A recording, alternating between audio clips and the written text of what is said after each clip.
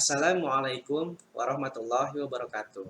Perkenalkan, nama saya Rizky Sulaiman. Saya mahasiswa Universitas Pelita Bangsa. Saya di kelas MA 20B01. Di sini saya akan menjelaskan tentang manajemen risiko. Poin-poinnya yang akan saya jelaskan adalah yang pertama, definisi berdasarkan ISO 31000 di tahun 2018, kemudian prinsip-prinsip, kerangka kerja, dan proses.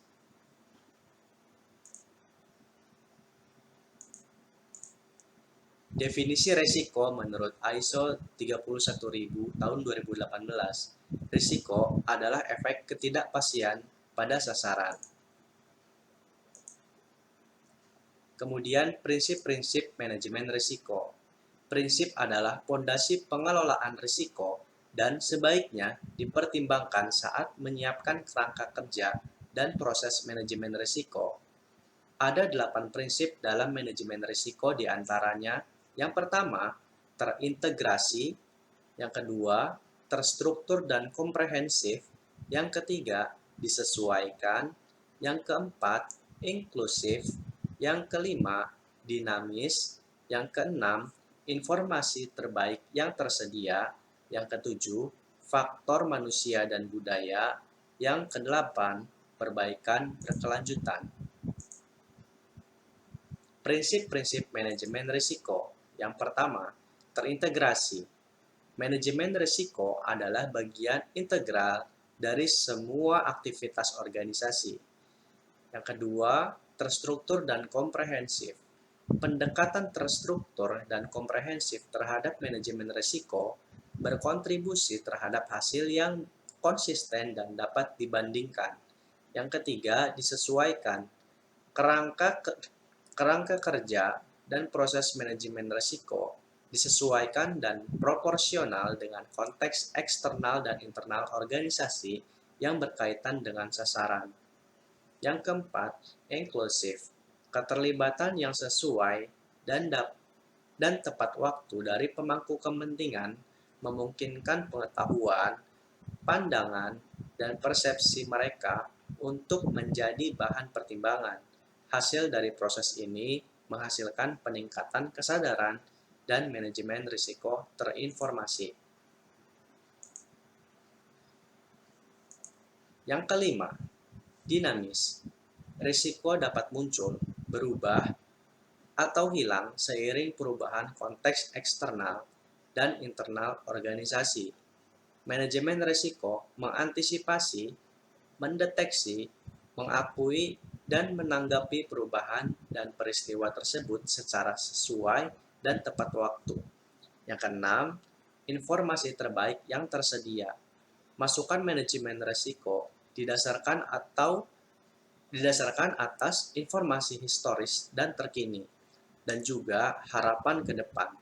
Manajemen risiko secara eksplisit memperhitungkan segala batasan dan ketidakpastian yang berkaitan dengan informasi dan harapan tersebut. Informasi sebaiknya tepat waktu, jelas, dan tersedia bagi pemangku kepentingan yang terkait. Yang ketujuh, faktor manusia dan budaya. Perilaku dan budaya manusia secara signifikan mempengaruhi semua aspek manajemen risiko pada setiap tingkatan dan tahap. Yang kedelapan, perbaikan berkelanjutan. Manajemen risiko diperbaiki secara berkelanjutan atau terus-menerus berdasarkan pembelajaran dan pengalaman. Kerangka kerja. Tujuan kerangka kerja manajemen risiko adalah untuk membantu dalam mengintegrasikan manajemen risiko ke seluruh aktivitas dan fungsi organisasi. Kerangka kerja terdiri dari 5. Yang pertama, integrasi. Yang kedua, desain. Yang ketiga, implementasi. Yang keempat, evaluasi. Dan yang kelima, perbaikan. Manajemen puncak menyesuaikan dan mengimplementasikan semua komponen kerangka kerja, menerbitkan pernyataan atau kebijakan yang menetapkan pendekatan, rencana, atau arah tindakan manajemen risiko, memastikan sumber daya yang diperlukan dialokasikan untuk pengelolaan risiko, menetapkan kewenangan, tanggung jawab, dan akuntabilitas pada tingkat yang diperlukan di dalam organisasi. Sedangkan badan pengawas memastikan risiko dipertimbangkan dengan memadai saat penetapan sasaran organisasi, memahami risiko yang dihadapi organisasi dalam mencapai sasarannya,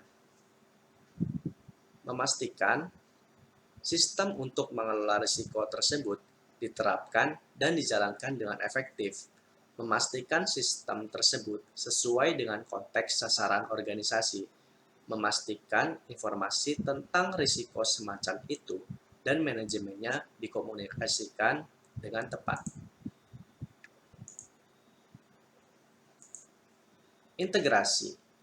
Manajemen risiko adalah bagian integral dari semua aktivitas organisasi. Integrasi manajemen risiko ke dalam organisasi adalah proses yang dinamis dan berulang, serta sebaiknya disesuaikan dengan kebutuhan dan budaya organisasi. Manajemen risiko sebaiknya menjadi bagian dari dan tidak terpisahkan dari tujuan, tata kelola, kepemimpinan dan komitmen, strategi, sasaran, dan operasi organisasi. Manajemen risiko harus menyatu atau melekat dalam proses bisnis dalam bentuk pengelolaan risiko yang dijalankan oleh masing-masing fungsi.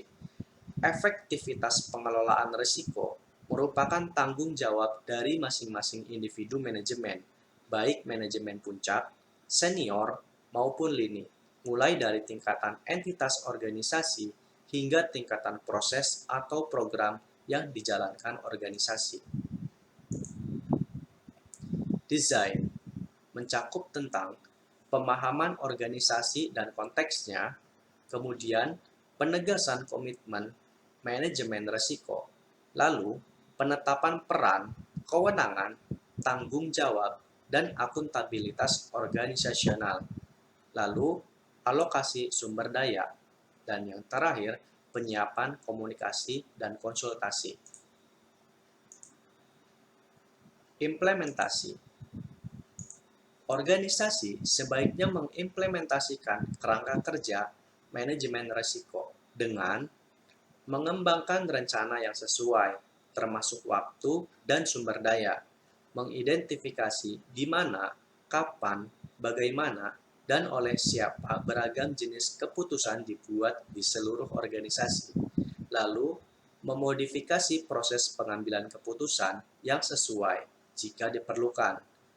Kemudian, memastikan pengaturan organisasi dalam mengelola risiko dipahami dengan jelas dan dipraktikkan.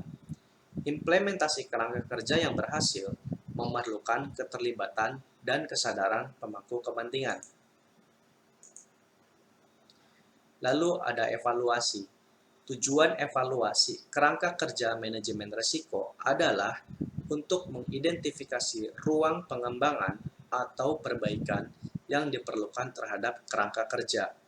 Untuk mengevaluasi efektivitas kerangka kerja manajemen risiko, organisasi sebaiknya mengukur kesesuaian kinerja manajemen risiko sesuai indikator yang telah ditetapkan, memantau tingkat maturitas manajemen risiko, mengukur progres rencana penerapan manajemen risiko, memantau perubahan internal dan eksternal yang terjadi dan pengaruhnya terhadap kerangka kerja manajemen risiko, dan yang terakhir, memantau kepatuhan terhadap kebijakan manajemen risiko. Kerangka kerja manajemen risiko dalam praktik. Yang pertama, agar manajemen risiko semakin terintegritas, kita harus melakukan usulan unit manajemen risiko.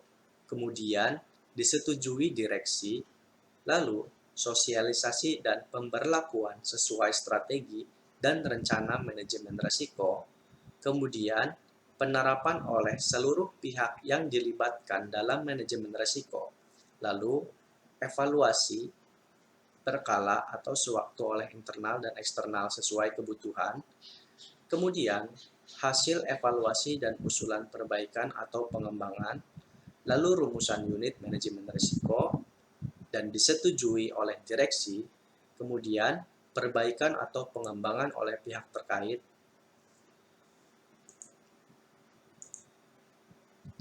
Proses manajemen risiko. Ini adalah gambaran dari proses manajemen risiko.